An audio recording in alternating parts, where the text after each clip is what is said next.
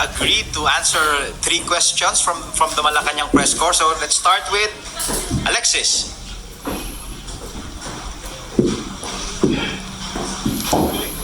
Hello. Good afternoon, Mr. President.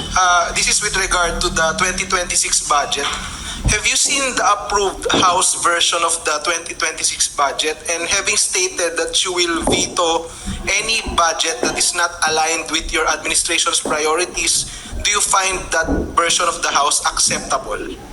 I think that I'm hoping and I'm fairly confident that that's not going to be necessary, simply because that we have been involved, I have been involved as you can imagine, I have been involved in detail on the preparation, especially in the House, of the budget. And as far as we have been able to examine, there are no projects that are listed there. There are no items that are listed there that are outside of the socio-economic development plan of the Philippines and all that, i.e., kung saan pupunta yung FMR, kung saan pupunta yung school building, kung saan pupunta, all of these are all part of the general plan. So I do not think, as from the last time that I saw the last version of the budget, wala naman akong nakita na kumihiwalay doon sa plano ng national government. Kaya hindi siguro kailangan mag-veto. Pero tingnan natin, kasi hindi pa tapos ang proseso. Dadaan pa sa Senado yan, dadaan pa sa BICAM. At titignan natin at titiyakin natin na ganun pa rin ang sinusundan na proseso na dapat nasa ilalim lahat ng ating plano para sa national na galing sa national government. And to further encourage transparency, I intend to live stream the BICAM. So that's what I told them already. There is no more small committee. Yung dating ginagawa, they have a BICAM, then they suspend, then there's a small committee. Wala nang small committee. I have the agreement of the Senate President and the Speaker na ganun ang gagawin natin. We will live stream the entire process so that if there are questionable, shall we say, insertions or additions or all that, it will also be clear who moved, who made those changes or who proposed those changes, so that people will know. So that's that is what we have instituted, some new procedures. But you know, the BICAM is actually a public hearing. Pero hindi ganun ang nasusunod. So because may small committee, so now it will be all out in the open. Thank you, Mr. President. Thank you. The next question from Maricel Halivi. Magandang hapon po, Mr. President. Sir, following the protest rally last September 21, there were talks about coup threats. There were calls, coup threats, sir. There were calls for the uniformed personnel to withdraw their support from your administration. How confident are you that our uniformed personnels remain to be loyal to the administration, considering that we can expect more rallies until, I guess, November 30? Yes. I'm never confident in that sense. In the sense that I know that you have to be very careful to keep everyone as part of the administration and in support of the administration, supportive of the administration.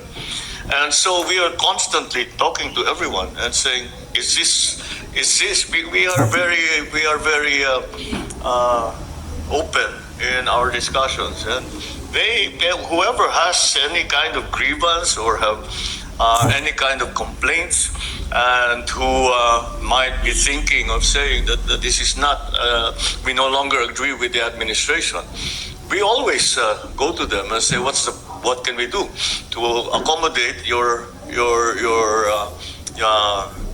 advocacy or some of the things that they would like to that they would like the national government to do.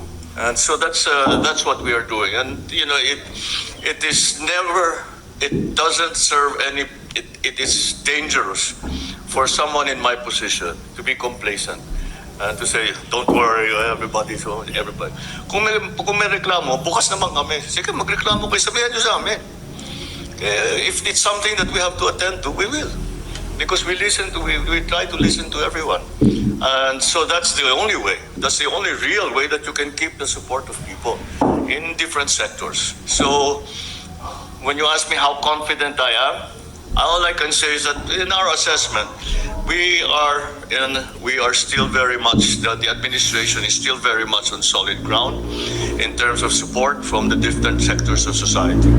However, we work very hard to continue to earn that support from them. We know that because they voted for you in the last election, that nothing will change. Hanggang kamatayan, yan na yun.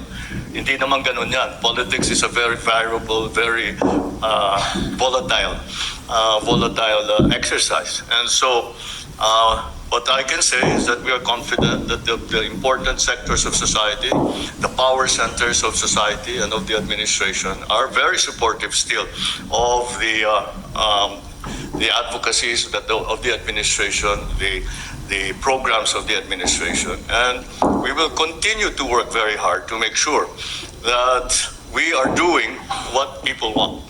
And that's the most important thing. So, yes, that's the long answer to that. Thank you, Mr. sir. President. The final question will be coming from our newly minted President of the FPC, Ivan. Thank you. Mr. President, this is on the ongoing investigations on corruption. How do you respond to assertions that these investigations will eventually lead to your doorstep? Because number one, will eventually lead to your doorstep. Because number one, you signed the budget. You have direct supervision over those you appointed who may be involved. And of course, you hold sway over your political allies in both houses of Congress whose names are now being floated, led of course by the former speaker and your cousin, Martin Romualdez. Well, I'm confident because I know what we did or did not do. But if we investigate everybody, we follow the evidence, and wherever that leads is not something that we try to direct or influence. That's why we have the ICI. They are an independent commission, and that is their job. And their job is to follow the leads that they receive, and if necessary or if it is justified, that they will now recommend to either the ombudsman or to the DOJ that cases be filed. So let them do their work. We do not interfere with what they do. Wherever it may lead, sinabi ko na nga yan, wala naman tayong tinatago, wala tayong malakas. I know that there are several, the opposition would love to bring me into this, to include me in all of this. But that's politics. That is not to do about corruption. That is to do about politics. Gusto nila akong tanggalin. Yeah, sige, kaya nila gagawin lahat yung mga gagawin nila. Pero nandyan ang ICI para silang pag-aaral. Silang gagawa ng pag-aaral, paghabol ng ebidensya, pag-verify sa mga kwento, sa mga sumbong, sa mga impormasyon na natatanggap nila.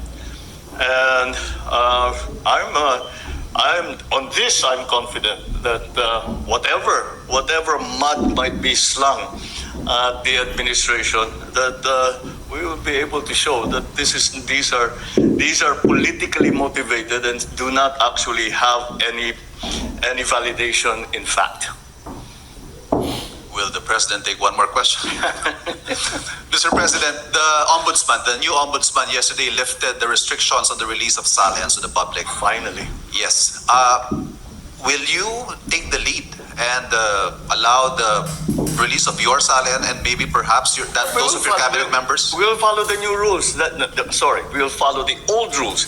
These old rules were suspended in the last administration, where the salin was much easier to get a copy of the salin and to examine it. And I was quite surprised to find out when I first came into office that was no longer the case. That it was almost impossible, in fact, to get a copy of people's salin.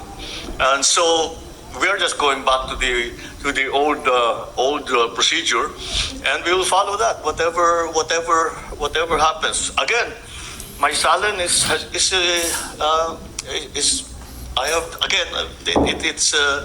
It will be available to whoever would like to. Kung hingiin sa akin ng ICI, siyempre bibigay ko. Kung hingiin sa akin ng ombudsman ng bibigay namin. And will you enjoin your cabinet to do the same? Yes, of course. Of course. Thank you. All right. Thank you very much, Mr. President.